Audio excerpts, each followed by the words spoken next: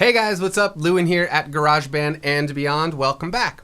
So today I wanted to talk about how to get your recordings to sound more professional. This is a big problem for the home recording artist, and one of the things that I hear the most when people send me songs for me to give feedback on, one of the things that I hear a lot out of the guitar players out there, or pretty much everybody, is overplaying. I hear a lot of overplaying when the parts should be simple. So the first part of this process is going to be kind of learning how to use your ears and learning how to listen in an active way. You know, I took a class when I was in music school called The Act of Listening, and it was a great class. We learned all sorts of stuff, but one of the things that I really liked about the class was even just the name of the class, The Act of Listening. Just those words grouped together in that simple phrase sort of turned my head a different direction in the way I should be listening, thinking of it more as like a real action.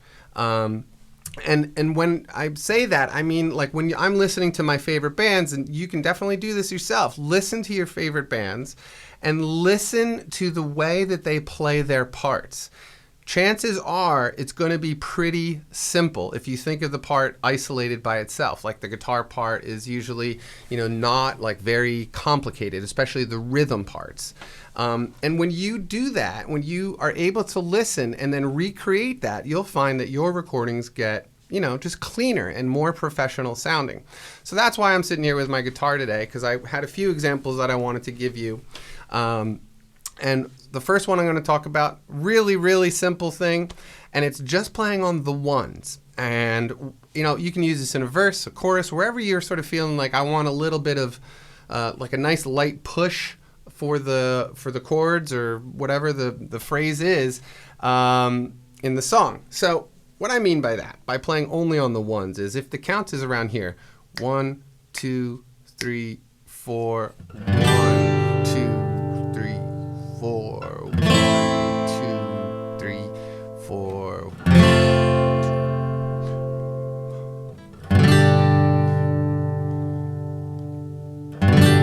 You know what I mean? So on and so on. Something as boring as that can really help give you just a little subtle push, every time a new bar comes around in the song.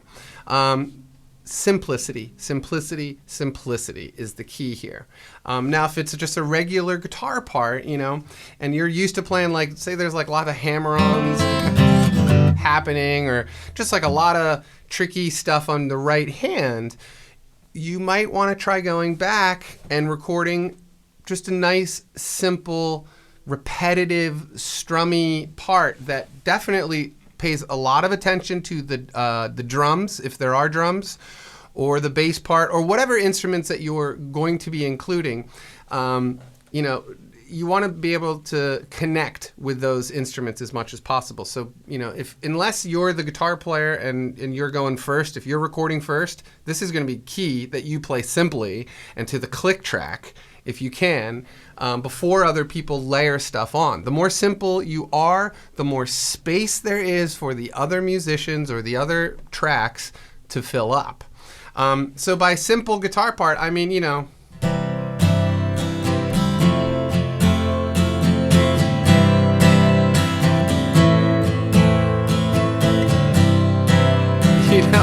like repetitive, whatever your song is. I mean, I'm just sort of inventing this as I'm going through this video. But the point is that the rhythm part is simple. The more simple you are, the better you're going to be. Now, the other part of this is getting a good guitar tone and getting the proper performance out of yourself while you're recording. So, it's very important to like listen in your headphones and, even do sort of like a little bit of manual mixing as you're doing the recording. So maybe sometimes the pick isn't always appropriate. Maybe you just want to be strumming with your thumb, get a softer sound. Or the other side of this is trying a different pick. Now, I wanted to talk about that a little bit.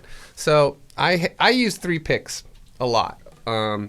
when I'm recording. I have these three. So the first one that I like is the blue Dunlops. This is the 1 millimeter. And then the yellow ones, which I think is like 0.55 or something like that. All the markings are worn off of mine, but it's a yellow Dunlop. But there's a big sound difference. And then the third one is a Wiegand pick. Now, this is a lot lesser known pick. These are handmade picks. They're a little on the expensive side. They're $8 a piece. I'm sure you're all going to write plenty of comments about an $8 piece of plastic. And trust me, I thought it when I was buying it. I was like, am I really paying $8 for a piece of plastic? But everybody kept going on and on about how awesome the Wiegand picks are. There is a link below for Wiegand picks. But they make great picks. And so I'm just going to talk about the difference a little bit. So the regular one that I use right here, I use this for live work. Right, that's the blue. Here's the yellow. And then the Wiegand.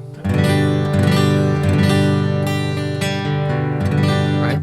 So you should be able to hear a big difference, especially between the yellow one and the Wiegand.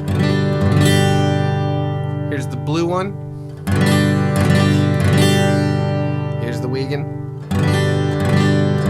Right? So what you should be hearing is when I get to the Wiegand, what you do not hear is a lot of pick noise, a lot of slappy pick noise. Now that's not always a good thing, you know. Sometimes I do use this yellow pick, and especially if I'm doing like, well, that's a Coldplay song, but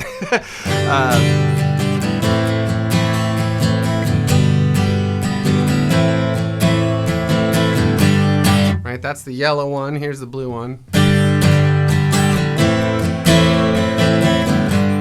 You know, so the tonal difference is, I mean, in my ears, it's relatively dramatic. It might be not translating too well through this video, but the blue picks are, you know, it's a harder sound. It's a harsher, it's a thicker, heavier piece of plastic.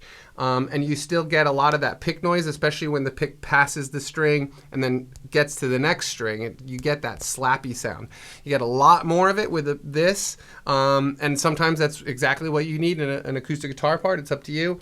And sometimes you don't want it at all, and that's when I call on my Wiegand. So experimenting with things like guitar picks is a great idea for adjusting your tone to the song that you're recording in the moment. The last thing that I want to mention is when you're in this process of recording, and especially if there is already drums laid down and you're getting in the process of putting down your bass track, remember that the bass and the kick drum should be aligned as much as possible. This is pretty much a rule for all kinds of music, but especially for pop and rock, you know, folk music even. It's really important that the kick drum and the bass guitar parts are well connected. Meaning that if, you know, if the kick drum's going boom, boom, boom, boom, boom, boom, you want the bass to be going